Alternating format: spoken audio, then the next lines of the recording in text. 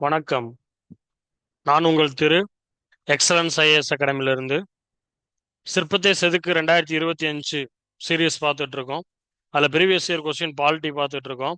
So இன்னைக்கு நம்ம என்ன பார்க்க போறோம் அப்படின்னு பார்த்தீங்க அப்படின்னா பிரியாம்பிள் ஆஃப் கான்ஸ்டியூஷன், அதாவது இந்திய அரசியலமைப்போட முகவுரை பற்றி தான் என்ன பண்ண போறோம் அப்படின்னா பார்க்க போறோம். ஸோ இது கொஞ்சம் லென்த்தானது. ஸோ அதனால ரெண்டு வீடியோவா நம்ம என்ன பண்றோம் அப்படின்னா போடுறோம். ஓகே, பிரியாம்பிளை பத்தி ஃபர்ஸ்ட் ஜென்ரலான விஷயங்கள் என்ன அப்படின்றத பார்த்துடலாம். ஸோ அதாவது பிரியாம்பிள் முதலில் முகவுரை எந்த நாட்டு அரசியலமைப்புல இடம்பெற்றிருந்துச்சு அப்படின்னு பாத்தீங்க அப்படின்னா அமெரிக்கா. அப்ப நம்மளோட முகவரி பெரும்பகுதி எந்த நாட்டோட ஒத்து போகுது அப்படின்னு பாத்தீங்க அப்படின்னா அமெரிக்காவோட தான் நம்ம பெரும்பகுதி என்ன பண்ணுது அப்படின்னா ஒத்து போகுது. ஸோ ரெண்டாவது, இந்திய அரசியலமைப்பிற்கு முகவுரை அப்படின்ற ஒரு விஷயம் தேவை அப்படின்னு சொன்னது யாருன்னு பாத்தீங்க அப்படின்னா ஜவஹர்லால் நேரு.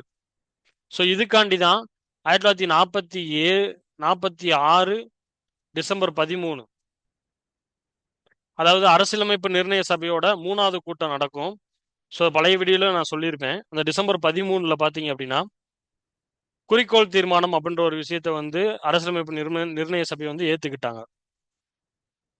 குறிக்கோள் தீர்மானம். இப்போ இந்த குறிக்கோள் தீர்மானம் தான் இன்னைக்கு சின்ன சின்ன திருத்தம் செய்யப்பட்டு 1947 ஜனவரி 22 அப்ப முகவுரை அப்படின்னு சொல்லி ஏத்துக்கிட்டாங்க. ஸோ இதுதான். அப்ப 1946 டிசம்பர் 13 ஜவஹர்லால் நேரு குறிக்கோள் தீர்மானம் ரிலீஸ் பண்ணாரு. ஸோ அதை பேஸ் பண்ணி அதுல சின்ன சின்ன மாறுதல்கள் பண்ணி 1947 ஜனவரி 22 ஏத்துக்கிட்டாங்க. ஸோ இதே மாதிரி பாத்தீங்கன்னா 1947 ஜூலை 22 ஒரு விஷயம் பண்ணியிருப்பாங்க. என்ன அப்படின்னா நம்ம தேசிய கொடியை தேசியமயமாக்கியிருப்பாங்க. ஸோ அது ஜூலை 22, இது ஜனவரி 22. ஸோ இந்த ஜனவரி 22 மறக்காம இருக்கிறதுக்கு ஒரு சின்ன ஷார்ட்கட் மட்டும் சொல்றேன். ஜவஹர்லால் நேரு அவர்களால தான் என்ன பண்ணுச்சு, முகவரி வந்துச்சு. அப்ப இங்கே ஜா அவ்வளவுதான். ஜனவரி 22 ஜவஹர்லால் நேரு. ஸோ இந்த மாதிரி ஈஸியா என்ன பண்ணிக்கோங்க அப்படின்னா ஞாபகம் வச்சுக்கோங்க. சரி வாங்க ஃபர்ஸ்ட் கொஸ்டின் பார்த்துடலாம்.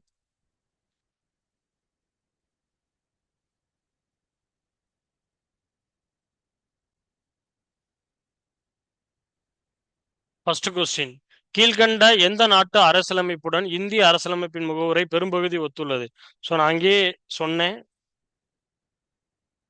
அமெரிக்காவோட தான் நம்மளோட அரசியலமைப்போட முகவுரை பெரும்பகுதி என்ன பண்ணுச்சு அப்படின்னா ஒத்து போகுது. முதல்ல அரசியலமைப்புல முகவுரை இடம்பெற்றது அமெரிக்காவில் தான். ஸோ அதை மறந்துடாதீங்க. ஓகே, இது மூலம் அடுத்து பிரெஞ்சை வச்சு பார்க்கலாம். ஸோ பிரெஞ்சுல இருந்து நம்ம முகவுரைக்கு என்னென்ன விஷயங்கள் எடுத்திருக்கோம் அப்படின்னு பார்த்தீங்க அப்படின்னா குடியரசு, சுதந்திரம், சமத்துவம், சகோதரத்துவம், இந்த 4 வார்த்தைகளுமே பிரெஞ்சு புரட்சியில இருந்து தான் எடுக்கப்பட்டது. இப்போ பிரெஞ்சு புரட்சி எப்பன்னு பார்த்தீங்க அப்படின்னா 1789. ஸோ அப்பதான் என்ன நடந்துச்சு அப்படின்னா பிரெஞ்சு புரட்சி. அது மூலமா எடுக்கப்பட்ட அந்த 4 வார்த்தைகள் தான் சுதந்திரம், சமத்துவம், சகோதரத்துவம், குடியரசு. அப்ப நான் 4 வார்த்தையும் பிரெஞ்சுல இருந்து எடுத்தோம். ஸோ இது போக வேற என்ன எடுத்திருக்கோம் அப்படின்னு பாத்தீங்க அப்படின்னா சோவியத் ரஷ்யால இருந்து ஒரு 3 நீதி எடுத்திருப்போம். என்னென்ன நீதின்னு பாத்தீங்கன்னா சமூக நீதி, பொருளாதார நீதி, அரசியல் நீதி அப்படின்ற ஒரு 3 நீதிகளை எதுல இருந்து எடுக்கப்பட்டது அப்படின்னு பாத்தீங்கன்னா நம்ம முகவுரைக்காக சோவியத் ரஷ்யாவில இருந்து எடுக்கப்பட்டது. அவ்வளவுதான். இந்த கொஸ்டினுக்கான ஆன்சர் அமெரிக்கா. நெக்ஸ்ட் கொஸ்டின், கீழ்காணும் சொற்கள் முகப்புரையில் எந்த வரிசையில் இடம்பெற்றுள்ளது? ரொம்ப ரொம்ப முக்கியமான ஒரு கொஸ்டின், அடிக்கடி கேட்கக்கூடிய கொஸ்டினும் அதுதான். நம்மளோட முகப்புரையில ஒரு ஆர்டர் இருக்கு, அந்த ஆர்டர் தான் கொஸ்டின் கேட்டிருக்காங்க. பார்த்துடலாம். ஃபர்ஸ்ட் என்னன்னு பாத்தீங்கன்னா இறையாண்மை. அப்ப ஃபர்ஸ்ட் இறையாண்மை, அடுத்து சமதர்மம், அடுத்து மதச்சார்பின்மை, அடுத்து மக்களாட்சி, குடியரசு. இதுதான் அந்த ஆர்டர். 3 2 4 1 5, option A. ஸோ இதுதான் இதுக்கான ஆன்சர். இது ஈஸியா கொஞ்சம் ஞாபகம் வைக்கிறதுக்கு இங்கிலீஷ்ல ட்ரிபிள் பிஆர் பிஆர் தான் என்ன அப்படின்னு பாத்தீங்க அப்படின்னா இது ஒன்றும் இல்லை. ஃபர்ஸ்ட் எஸ் என்னன்னு பாத்தீங்கன்னா சாவரிங் அப்படிம்பாங்க, இறையாண்மை. ரெண்டாவது எஸ் என்னன்னு பாத்தீங்க அப்படின்னா சோசியலிஸ்ட். மூணாவது செக்குலரிசம். நாலாவது டெமோக்ராட்டிக். அஞ்சாவது ரிபப்ளிக். ஸோ கொஞ்சம் ஈஸியாக ஞாபகம் வச்சுக்கிறதுக்காண்டி தான் இதை சொன்னேன். ஸோ இந்த கொஸ்டின் ரொம்ப இம்பார்ட்டண்டான கொஸ்டின், மறந்துடாதீங்க. நெக்ஸ்ட், அரசியலமைப்பு முகவுரை என்பது அரசியலமைப்பின் அரசியல் ஜாதகம் என கூறியவர் யார்? ஸோ இதுக்கப்புறம் தான், அதாவது என்னன்னா நம்மளோட முகவுரையை வந்து நிறைய பேர் வந்து புகழுரைகள் வந்து கொடுத்துருப்பாங்க. அது யார் யாரு என்னென்ன கொடுத்தா அப்படின்றத பார்த்துடலாம். ஜாதகம் அப்படின்னு சொன்னது யார் அப்படின்னு பார்த்தீங்க அப்படின்னா KM முன்சி. அதான் இதுக்கான ஆன்சர். அடுத்து பார்த்தீங்க அப்படின்னா அடையாள அட்டை, நம்ம முகவுரையா அடையாள அட்டை அப்படின்னு சொன்னது யாருன்னு பார்த்தீங்கன்னா பால்கிவாலா. ஸோ இதுக்கு ஒரு சின்ன ஷார்ட்கட் ஒன்றும் இல்லை, அடையாள அட்டையை பல்காக ஆர்டர் பண்ணுறோம் நான் வச்சுக்கோங்க, பல்க்கு பால்கிவாலா அடையாள அட்டை. அதுக்கடுத்து பார்த்தீங்க அப்படின்னா நமது நீண்ட நாள் கனவு, நமது நீண்ட நாள் கனவு அப்படி சொன்னது, கனவு அப்படின்னு சொன்னது யார் அப்படின்னா அல்லாடி கிருஷ்ணசாமி ஐயர். அல்லாடி கிருஷ்ணசாமி ஐயர். அல்லாடி தான் என்ன சொன்னார்னா கனவுல சொல்லியிருக்காரு. ஓகேவா? நெக்ஸ்ட் கொஸ்டின் நெக்ஸ்ட் என்னன்னு பார்த்தீங்க அப்படின்னா திறவுகோல், ரொம்ப முக்கியமானது. திறவுகோல் இது யார் பார்த்தாங்க, யார் சொன்னா அப்படின்னா எர்னஸ்ட் பார்க்கர். எர்னஸ்ட் பார்க்கர் தான் என்ன சொன்னார் அப்படின்னா திறவுகோல் அப்படின்னு சொல்லியிருக்காரு. திறவுகோல், சாரி, திறவுகோல் அப்படின்னு சொல்லியிருக்காரு. இதுக்கு ஒரு சின்ன ஷார்ட்கட்டு, என்ட்ராகணும்னா சாவி வேணும், கரெக்டா? Enter Ernest Parker, enter Ernest Parker. ஓகேவா? ஸோ அதுக்கடுத்து ரொம்ப முக்கியமான ஒருத்தர் வந்து ஒன்று சொல்லியிருக்காரு, என்ன அப்படின்னா ஹிதயத்துல்லா.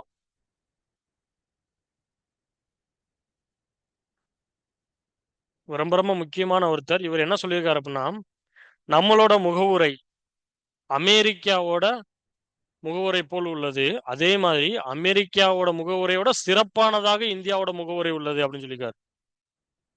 அமெரிக்கா முகவுரையோட சிறப்பானதாக இந்தியா முகவுரை உள்ளது அப்படின்னு சொல்லியிருக்காரு. இந்த ஹிதயத்துல்லா யாருன்னு பார்த்தீங்க அப்படின்னா உச்ச நீதிமன்ற தலைமை நீதிபதியா இருந்தவர். அது போக நம்மளுக்கு ஒரு ஆர்டிகல் இருக்கு, என்னன்னா குடியரசுத் தலைவர், துணை குடியரசுத் தலைவர், இவங்க ரெண்டு பேரும் இல்லாத காலகட்டத்துல யார் வந்து இந்தியாவோட குடியரசுத் தலைவரா இருப்பாங்க அப்படின்னு பாத்தீங்கன்னா உச்ச நீதிமன்ற தலைமை நீதிபதி. அந்த மாதிரி ஒரு சம்பவம் நடந்துச்சா, குடியரசுத் தலைவரும் துணை குடியரசுத் தலைவரும் இல்லாம ஒரு சம்பவம் நடந்துச்சா அப்படின்னா நடந்துச்சு. அந்த டைம்ல யாரு இதா இருந்ததுன்னு பார்த்தீங்கன்னா இந்த ஹிதயத்துல்லா தான். 1969 அந்த சம்பவம் நடந்துச்சு. 10th புக்ல கொடுத்துருப்பாங்க, பார்த்துக்கோங்க. அடுத்து ரொம்ப இன்னொரு முக்கியமான ஒருத்தர் என்னன்னா தாக்கூர் தாஸ் பார்கவா அப்படின்னு ஒருத்தர். தாக்கூர் தாஸ் பார்கவா அப்படின்னு சொல்லி ஒருத்தர் இருக்காரு. அவர் நிறைய விஷயம் சொல்லியிருப்பாரு. என்ன அப்படின்னா நம்ம அரசியலமைப்பின் பெரும் மதிப்பு வாய்ந்த பகுதி தான் அந்த முகவுரை அப்படின்னு சொல்லியிருப்பாரு. அரசியலமைப்பின் ஆன்மா அப்படின்னு சொல்லியிருப்பாரு. வழிகாட்டின்னு சொல்லியிருப்பாரு. சொற்களஞ்சியம், ஊன்றுகோல், அணிகலன். இந்த அணிகலன்ற வார்த்தை ரொம்ப முக்கியம். இது எல்லாமே சொன்னது யார் அப்படின்னா தாக்கூர் தாஸ் பார்கவா. ஸோ இதுதான் நம்மளோட முகவுரையில கூறப்பட்டிருக்க புகழுரைகள். ஓகேவா? அதுல நம்மளுக்கு கேட்ட கொஸ்டின் என்ன அப்படின்னா கண்டிப்பா அதுல இருந்து ஒரு கொஸ்டின் வரும். குரூப் 4ஓ குரூப் 2ஓ குரூப் 1ஓ எது எழுதினாலும் கண்டிப்பா அதுல இருந்து ஒரு கொஸ்டின் வரும். ஸோ நல்லா பாத்துக்கோங்க. அதுல நம்மளோட அரசியல் ஜாதகம்னு கேட்டது யாருன்னு பாத்தீங்க அப்படின்னா KM முன்சி. இதுதான் இதுக்கான ஆன்சர். நெக்ஸ்ட் கொஸ்டின், பின்வரும் எந்த கூற்று பால்கிவாலாவோடு தொடர்புடையது? பல்கா என்ன பண்ணணும், ஐடி கார்டை ஆர்டர் பண்ணணும், அடையாள அட்டை. அப்ப பால்கிவாலான்னு வந்தாலும் என்ன வந்துடும் ஆன்சர், அடையாள அட்டை. 4 ஆப்ஷனையும் பார்த்துருவோம். முகவுரை நமது இறையாண்மை பெற்ற ஜனநாயக குடியரசின் ஜாதகம். ஜாதகம்னு சொன்னது யாரு, முன்சி. மறந்துடக்கூடாது, ஜாதகம் சொன்னது யாரு, முன்சி. முகவுரை இந்திய அரசியலமைப்பின் முக்கியமான பகுதி, பெரும்பகுதி எல்லாம் சொன்னது தாக்கூர் தாஸ் பார்கவா. அடுத்து முகவுரை அரசியலமைப்பின் திறவுகோல். திறவுகோல்னு சொன்னது யாரு, என்ட்ராகணும். என்ட்ராகனா எர்னஸ்ட் பார்க்கர். இதுக்கான ஆன்சர் பால்கிவாலா அடையாள அட்டை, அதான் அதுக்கான ஆன்சர். நெக்ஸ்ட் கொஸ்டின், ஒரு பொறுத்து கொடுத்துருக்காங்க. ஸோ அது நம்ம மேலே பார்த்து அதே தான், ஈஸியாக நம்ம என்ன பண்ணிடலாம், ஆன்சர் போட்டலாம். அரசியல் ஜாதகம் கண்ணை மூடி சொல்லிடலாம். யாரு, முன்சி. எங்க இருக்காரு, 4வது ஆப்ஷன்ல இருக்காரு. அடுத்து அரசியலமைப்பின் சாவி. சாவினா என்னது, திறவுகோல். அப்ப என்றாகும்னா எர்னஸ்ட் பார்க்கர். எத்தனாவது ஆப்ஷன்ல இருக்காரு, 5வது ஆப்ஷன்ல இருக்காரு. ஓகே. அதுக்கடுத்து அரசியலமைப்பின் ஆன்மா. ஆன்மா, வழிகாட்டி, சொற்களஞ்சியம், அணிகலன், இந்த மாதிரி நிறைய விஷயங்கள் சொன்னது யார்? தாக்கூர்தாஸ் பார்க்கவா. 2வது இடத்துல இருக்காரு. அடுத்து வழக்கறிஞர்களின் சொர்க்கம்னு சொன்னது யார் அப்படின்னு பாத்தீங்க அப்படின்னா சர் ஐவர் ஜென்னிங். சர் ஐவர் ஜென்னிங். அதே மாதிரி வழக்குகளின் சொர்க்கமே முகவுரை அப்படின்னு சொன்னது ஏவி டைசி. ஓகேவா? வழக்குகளின் சொர்க்கமே முகவுரை அப்படின்னு சொன்னது ஏவி டைசி. வழக்கறிஞர்களின் சொர்க்கம், ரெண்டுக்குமே டிஃபரன்ஸ் இருக்கு. வழக்குகளின் சொர்க்கம்னா ஏவி முன்சி. வழக்கு கேஸ். வழக்குகளின் சொர்க்கம்னா ஏவி டைசி. வழக்கறிஞர்களின் சொர்க்கம்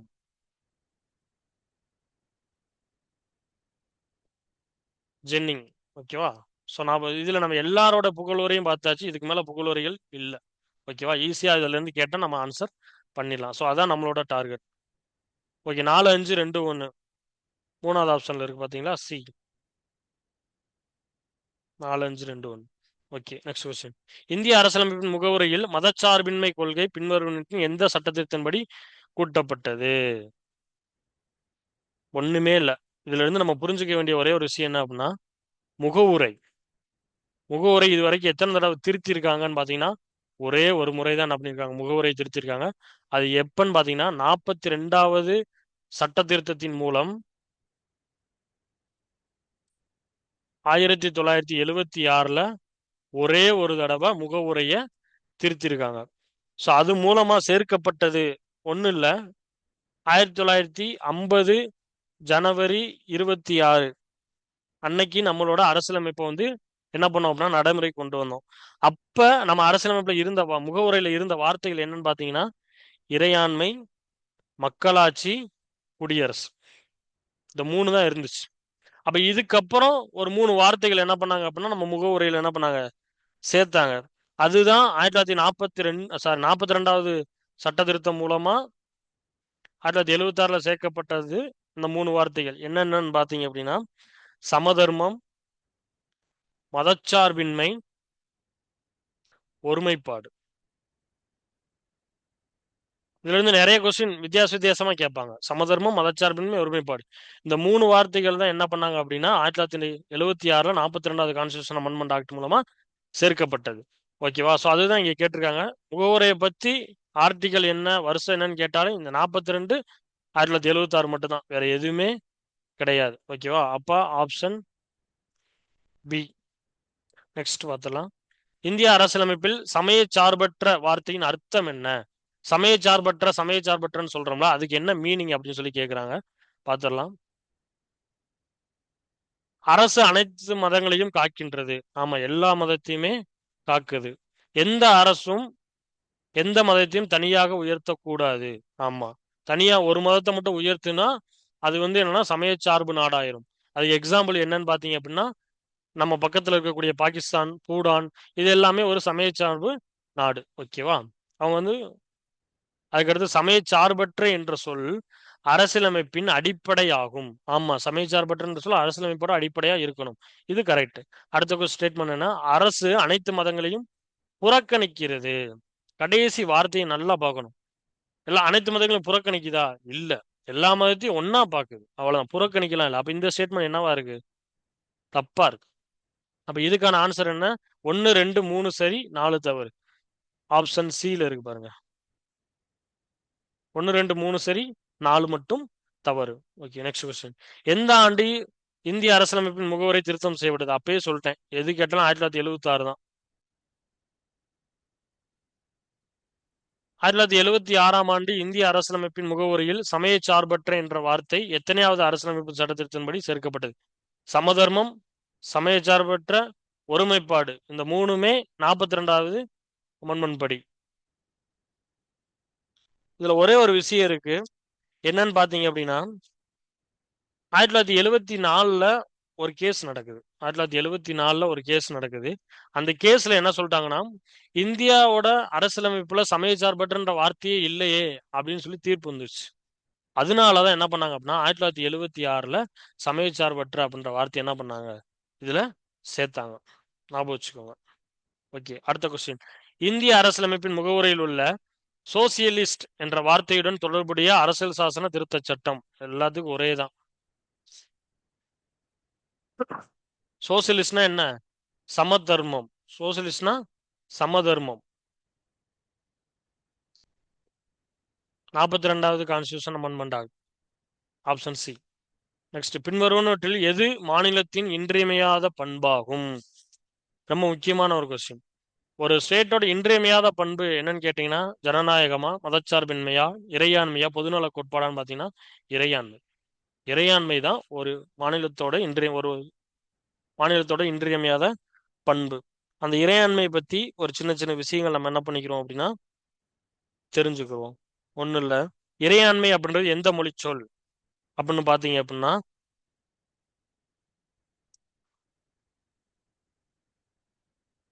சூப்பரானஸ் அப்படின்ற ஒரு லத்தீன் மொழி சொல் தான் என்னன்னா இறையாண்மை. அது ஆங்கிலத்தில் என்ன சொல்லுவாங்க அப்படின்னா மிக உயர்ந்த அல்லது மேலான அப்படின்னு சொல்லி ஒரு பொருள். இந்த இறையாண்மைன்ற வார்த்தையை முத குடியரசு அப்படின்ற நூல்ல 1576ல ஜீன் போடின் அப்படின்னு ஒருத்தர், அவர் தான் என்ன பண்ணியிருக்காரு அப்படின்னா யூஸ் பண்ணியிருக்காரு. இறையாண்மைன்றதை முத யூஸ் பண்ணது அவர் தான். ஓகேவா? ஸோ இந்த இறையாண்மை தொடர்பான நிறைய கேஸ் இருக்கு. அது என்ன வருஷம் மட்டும் பார்த்துக்கிறோம். அதை பத்தி டீட்டெயிலா அடுத்த அடுத்தடுத்த வீடியோக்குள்ள நம்ம என்ன பண்ணலாம் பார்க்கலாம். ஓகேவா? இறையாண்மை தொடர்பாக ஒரு 4 கேஸ் இருக்கு. என்ன கேஸ்ன்னு பாத்தீங்கன்னா கோபாலன். கோபாலன் நம்ம மதராஸ் 1950ல ஒரு கேஸ் நடந்துச்சு. அது இறையாண்மை ரிலேட்டட் தான். அடுத்து 2வது பாத்தீங்க அப்படின்னா மதனகோபால் இந்திய அரசு 1954. அடுத்து 3வது சிந்தட்டிக்ஸ் யூபி உத்தரப்பிரதேஷ் 1990களில் நடக்கப்பட்டது. அடுத்த 4வது கேஸ் என்னன்னு பாத்தீங்கன்னா இந்திரா காந்திக்கும்